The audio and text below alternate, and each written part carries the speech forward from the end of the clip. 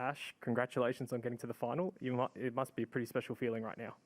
Incredibly so. To be in the finals weekend of your home Grand Slam is what a lot of Aussie players dream of. And yeah, it's going to be an incredible experience come Saturday. I can't wait to go there and enjoy it. Questions in the room, please. Thanks, Tanya. Ash, last time you were in the semis here, you said that you had the plan, you just didn't execute, but tonight it looked like everything pretty much went according to plan.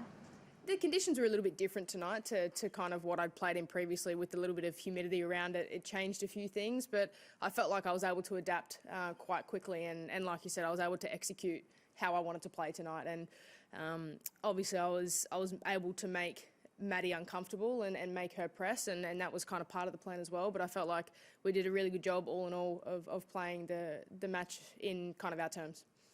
Thanks. Ash, we talked about this the other day, but your serving numbers this summer have been crazy. I was just wondering how confident does that make the rest of your game? Does it free you up and knowing that you're holding with relative ease? I just feel really clear on my service games. I have a lot of trust in my game. I have a lot of trust in my serve. And even tonight, I felt like I gave Maddie a lot of looks at second serves. I didn't quite have my rhythm on the first serve, but when I needed it most, it was there. And I know that I can just throw it up and really trust it, go after my spots and try and get free points and back myself in that. If I don't, I can back my legs and run and kind of build pressure with other facets of my game. So I think all in all, it's been a really good serving start to the year, I suppose, but we do a lot of work on it. I think it helps your whole game. It allows me to play the way that I want to play, and it helps when you're able to trust yourself with your whole game, and we've had a lot of trust so far this year. Courtney? You touched on every Australian kid who played tennis dreaming of playing in an Australian Open final. Can you remember the first one that you watched or the first time you thought, that's where I want to be?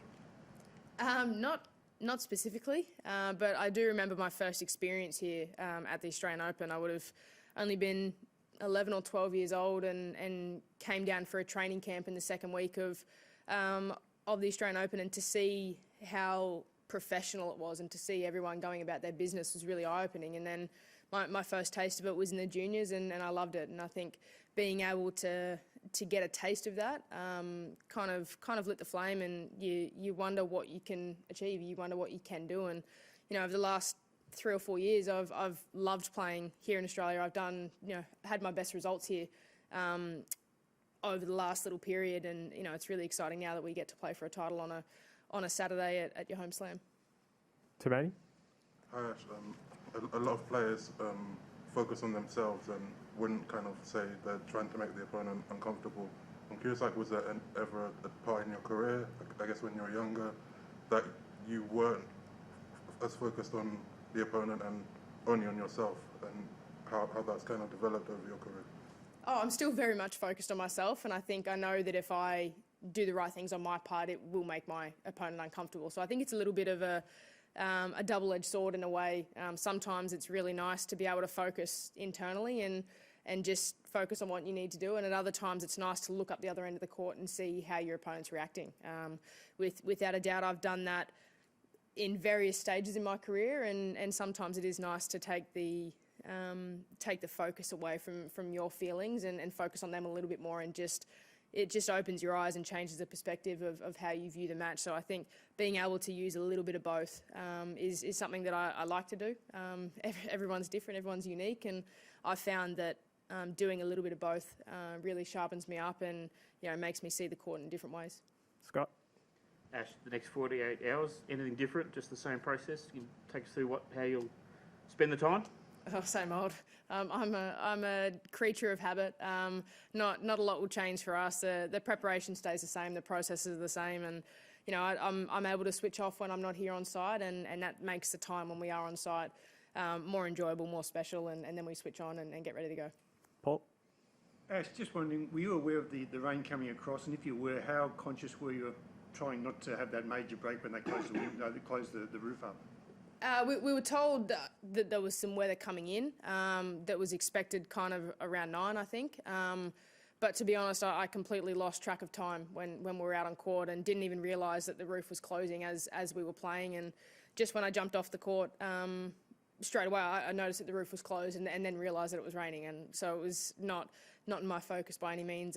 I had no idea what the time was kind of while we were out there, and that's not something I can control. So ultimately, there's no point in me focusing on it. Matt? Asher, I know you love the process of sitting down with ties and your next opponent and working out the matchup, and a lot of that would be to do with what you do well and what you can do to unsettle them. How much do you look at, like, say for example you played Iga in Saturday's final, do you look at her match against Kanepi and say, oh, Kai was doing this stuff against Iga and that worked really well for her, we need to note that, or we need to think about that, or is that irrelevant? Yes and no. In the same breath, I think the way that I play is, I mean, each player is unique and each player plays differently. So I think the matchups, you can maybe see some areas that from multiple players they struggle. I don't know, but I chat to Ties, and there aren't too many girls now that we either haven't seen or played or practiced with. So it's more relative to us and what's hopefully going to work from my point of view in the way that I play. But Ties he's a magician. He's able to look at a lot of different matches, look at some key matches, some recent, some old, and kind of work our plan out in looking at different conditions and things like that. So he's the man that does all the work. I just get to go out there and try and have fun with it. Darren? Yeah, Asher sort of touched on that then, but you speak to your team all the time. We see you playing cricket and hanging out with them all the time. Can you just tell us what makes Craig such a special coach? He's obviously captain of your team, you call him, and also expand on some of your other members, including obviously you probably wouldn't have won Wimbledon last year without your physio. So if you could just maybe talk a little bit, each of the ones that are really important. Everyone is equally important. We're all equal. We all play our roles, and I think the most amazing thing is that we all communicate really well together and get along with each other and know when it's time to back off and relax, and then when it's time to switch on and really have a crack. And I think Ties has been obviously a massive part of my life since 2016. Even before that, we'd done some work together, but the work that he's done in setting up an amazing group of people around us has propelled my career for both of us. I mean, the experiences that we've been able to share together have been remarkable, and that for my whole team. My family, it starts with my family, my sisters, obviously my professional team who contribute so much time and energy into my career and help me try and live out my dreams. I genuinely cannot thank them enough for the time and effort they put in to someone else. And I think being able to enjoy it all together and lighten up when we're not focused on the match is a really important part of that. Matt? Hi Ash, just wondering what you feel like you've learned over the years about playing at the business end of the Australian Open with all the fan support, the attention, the occasion. Do you feel like you embrace all of that, or do you sort of lock it out and treat it like the business end of the French or Wimbledon? Absolutely embrace it. You have to. It's fun. It's brilliant to be playing in the business end of your home slam. I'm not going to lie about that. It's amazing, and I think being able to experience it multiple times has been incredible. But Saturday is going to be a new experience for me. So I go out there and embrace it, smile, try and do the best that I can, and whatever happens, because it's been an incredible January, an incredible summer for us, and I'm really looking forward to having one last crack here to really go out there and enjoy it. A few more in the room. Aki? Hi, congratulations. Many of your colleagues said that you are one of the nicest girl on the tour. But once you step on the court, seems like you don't hesitate to execute your plan and beat your opponent. So do you think that on the court you change your personality, or the way to think about the world changes a little bit? Oh, I think my opponents force me to respect them. I respect every single opponent that's across the net, and I know that I have to bring my best tennis to compete. And I love spending time with the girls, but ultimately we're all competitors. We love to play against each other. We love the competition and the battle, and that's what we want to do the most. So I think once I do cross that white line and go out onto the court, it's about trying to do that the best that I can. Take the last three. Paul? Yeah, Ash, you haven't accumulated a lot of time on court through this campaign. Are you putting extra work in between games to make up for that at all? No. Darren? Can you just talk about your prospective opponents and what makes them so challenging specifically, and obviously Danielle is a wonderful story as well, what she's been through last year to get to this far. Yeah, she's an exceptional ball striker. She's someone who stands on the baseline and can hit all spots of the court from any position. And I think the challenge is going to be trying to get her off balance. And I think with Iga presents different challenges. Obviously, have played her more recently, but she knows how to win Grand Slam titles. She knows how to play big matches, play them well. She's got options to go to as well. So, I mean, I think they're still playing now, but I think whoever it is will do our homework, try and figure out a plan, and come Saturday try and execute. Last one, Courtney. Probably a bit of a random one, Ash, but I think you were born the year the Oz Open may have started here or just before. Getting my maths right. Ish. You know, Kooyong was where a lot of the great Australians have played and won titles, etc. Have you been there? Do you have that? Have you ever had discussions with Yvonne or someone else about what it was like when Australian tennis was at those moments making finals all the time? I love Kooyong. I'm a Kooyong girl. I love it. So that's my club down here in Melbourne, and I love the grass there. I'm yet to be able to really enjoy a full grass court season at the Kooyong courts, but I can just imagine what it would have been like. The way that the stadium is set up, and I've said a couple of times I wish I was maybe born in a different era and I got to experience playing on grass courts all year long. It would have been incredible, but the development that has come with moving to Melbourne Park has been incredible to encourage fans to come and enjoy it with us. And obviously the courts and the way that the game has changed over the last 20, 30 years has been incredible as well. So it's a different experience without a doubt. But yeah, I think it would have been pretty cool. Sorry, final in the room. Thanks. To ask, you spoke about switching off when you go off site. How do you do that when you've got such a big exciting thing coming up? What do you do to switch off? It's pretty easy for me. I mean, when I'm not here, I don't really think about the tennis too much. I've got the Women's Ashes to watch, which is brilliant, and read a book, a few coffees, and we're set. Thank you, everyone. We'll go to online questions. We'll start with Willie Weinbaum, ESPN.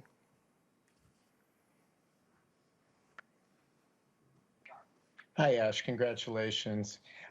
You spoke a bit about Danielle Collins, but to elaborate, what do you remember most about the matches that you've had with her? And what do you make of her story in coming back from the surgery that she had last year and doing so well at this tournament?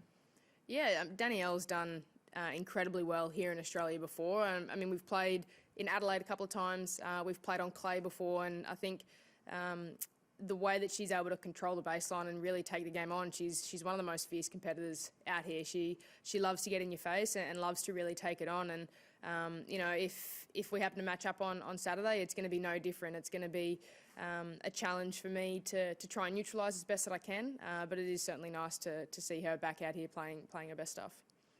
Thank you. Next question from Reem. Hi, Ash. Congratulations. Ash, I know you like to focus on yourself. You're very, very level-headed and everything. But I'm curious, do you ever allow yourself to think about the legacy you're currently creating in the sport, the kind of consistency that you brought to the game after a period where there was so much change at the top and everything? Does that drive you at all to feel like, okay, I am able to do this and do something that no one else is doing at the moment in tennis? Yeah, it's a difficult one because I think sometimes change is good, and I think the way that the WTA or the Women's Tour has changed over the last 3, 4, 5 years has been incredible. The depth has expanded dramatically, and I think that has forced everyone to raise their level and to try and do whatever they can to get the best out of themselves, and that's no different for me. I've tried to challenge myself in different ways. My team challenges me every single day to try and become better and to try and keep doing the things that we love to do. And it's been an incredible journey over the last few years of enjoying that challenge of continually trying to get better and better and better. And that's a testament to the depth that is on the tour right now, because I mean, you've seen even recently with different winners in different tournaments, anyone in the draw is able to win the event. You really have to respect every single opponent, and you have to play your best tennis time and time again to be able to compete.